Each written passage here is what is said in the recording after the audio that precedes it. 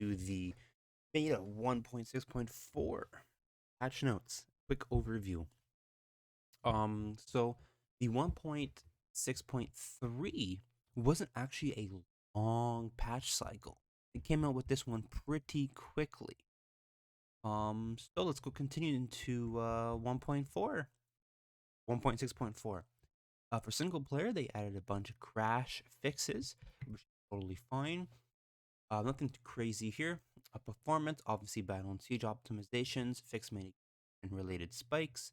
Localization, for art, they did add a new crown for the Crusade Lords, sound fixes, and more fixes and improvements to some materials and textures. So this patch, we're not getting a lot of new content, just a lot of fixes. Same thing with animations and for UI. For clan and party, it is now possible for some players to promote companions into nobles within their own clan. In order to use this feature, the player must be a leader of the kingdom, at least one fief, an active companion, and a bunch of money. Once conditions are met, the player can initiate the dialogue with a companion, and with the promotion, the player will grant the companion one of their fiefs and be able to name their clan. The newly created clan will be a tier 2 clan and receive 50 relation bonus with the player's clan. So this is pretty good if you want to have your, let's say, companions start up larger army to do other things without you micromanaging. Plus, I'm pretty sure it also removes your companion limit. So you can basically create yourself a large army without having the need to convince other lords from other factions to join you. Armies, factions no longer create armies if they're not at war. That's fantastic. It's such a waste of resources.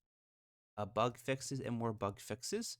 Remove the ability to attack enemy parties after accepting the safe passage agreement. That's totally fine. And more bug fixes. Now let's get to other. Glaive weapons used in K8 tournaments will now do blunt damage. Reduced weight of coats. Removes non-civilian weapons. There's just a bunch of different changes with weapons and armor. You can give it a quick read right here.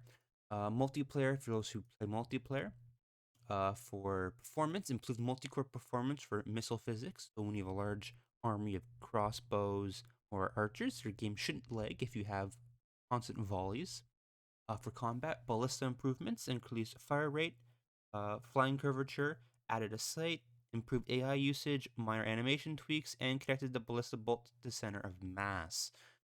Attacks will now take into account relative movement between the attacker and the target when deciding if an attack will bounce or not.